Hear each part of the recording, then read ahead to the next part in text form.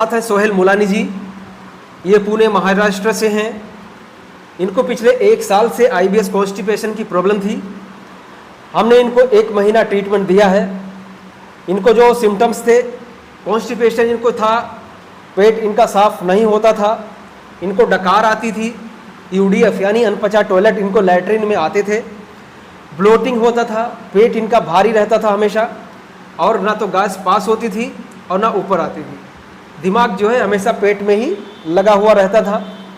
इनकी नाभि भी खिसकी हुई थी और नले भी इनको काफ़ी ज़्यादा थे जब आए थे।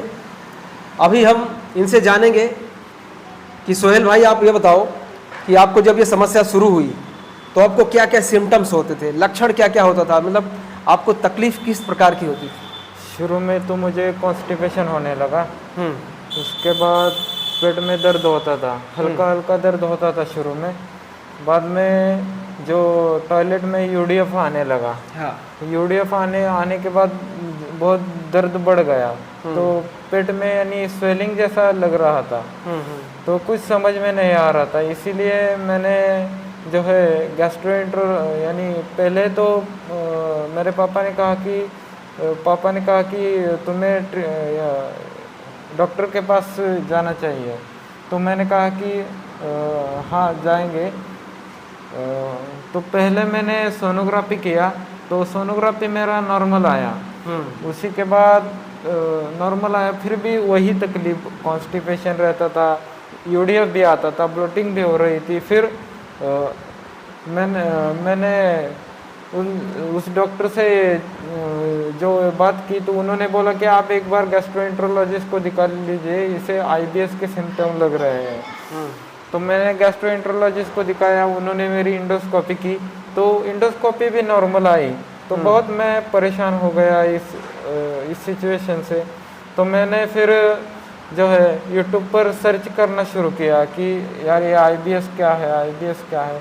तो मुझे सर का वीडियो मिला, तो मैंने सर से कांटेक्ट किया कि सर मुझे ऐसी प्रॉब्लम है। तो सर ने मुझे बताया कि यार तुमने इंडोस्कोपी किया है तो उसमें भी कुछ नहीं आएगा, तुम कोलोनोस्कोपी भी कर लोगे तो भी उसमें कुछ नहीं आएगा, तुम्हें जो है ना वो आईबीएस की प्रॉब्लम है, और इसका 100% सॉल्यूशन जो है तो हमारे क्लिनिक पर तुम्हें मिलेगा। तो मैंने सर से कांटेक्ट किया। कांटेक्ट करने के बाद मैं 1 हफ्ते के बाद इधर चला आया। तो इधर चला आने के बाद मुझे शुरू के 4-5 दिन में ही रिजल्ट यानी महसूस होने लगा। तो मैंने कहा कि 1 महीना तो हम ट्रीटमेंट कर लेते हैं।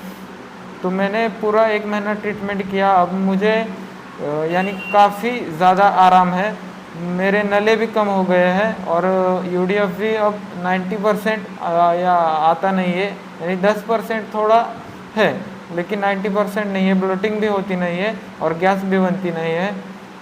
और कॉन्स्टिपेशन पूरा ख़त्म हो गया है मेरा। इनकी नाभि जो पहले खिसकी रहती थी, हाँ अभी नाभि भी सेंटर में है। इनकी नाभि भी लगभग 5-6 दिनों से बिल्कुल सेंटर में ही है। लेकिन अभी भी इनको डाइट और जो योगा इनको बताया गया है और न्यूरोथेरेपी के भी कुछ पॉइंट्स इनको बताए गए हैं, समझाए गए हैं, वो भी इनको करना पड़ेगा। उसके बाद में जैसे इनका पूरा अंदर का ऑर्गन मजबूत हो जाएगा, सिस्टम मजबूत हो जाएगा, उसके बाद धीरे धीरे ये जो है इनका वेट गेन होना शुरू होगा, ठीक है, और धीरे धीरे इनकी नॉर्मल लाइफ हो जाएगी, ठीक है। अगर इस तरह से भी परेशान है तो आपको क्या क्या परेशानी, क्या मतलब आपने गैस्ट्रोएंट्रोलॉजिस्ट को दिखाया, सब जगह दिखाया, तो दिमाग में क्या आता था कि ये क्या बीमारी है, कैसे ठीक होगा, ये सारे थॉट्स आते थे? ये बीमारी के बारे में कुछ समझ ही नहीं आ रहा था कि क्या हो रहा है। पूरे 2 रिपोर्ट जो मैंने किए थे वो नॉर्मल आ रहे थे। फिर मैं बोला कि ये क्या हो रहा है। मुझे डिप्रेशन भी आने लगा था, लेकिन मैं यानी समय रहते ही सर के पास आ गया।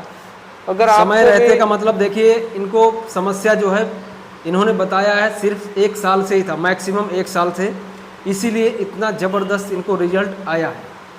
अगर ये समस्या समझ लीजिए कि पुरानी होती जाएगी, रिजल्ट तो आएगा, लेकिन आपको अगर नले ज़्यादा टाइट हो गए, कॉन्स्टिपेशन भयंकर हो गया, ब्लड आपका पूरा एसिडिक हो गया, थोड़ा भी आप पानी पीने के बावजूद भी, खाने के बावजूद भी आपको प्रेशर नहीं बन रहा है, तो उसको ठीक करने में कम से कम 1.5 महीना 2 महीना मैक्सिमम निकालना पड़ेगा, ठीक है। तब जाके आपका कॉन्स्टिपेशन का समस्या जो है ठीक होता है।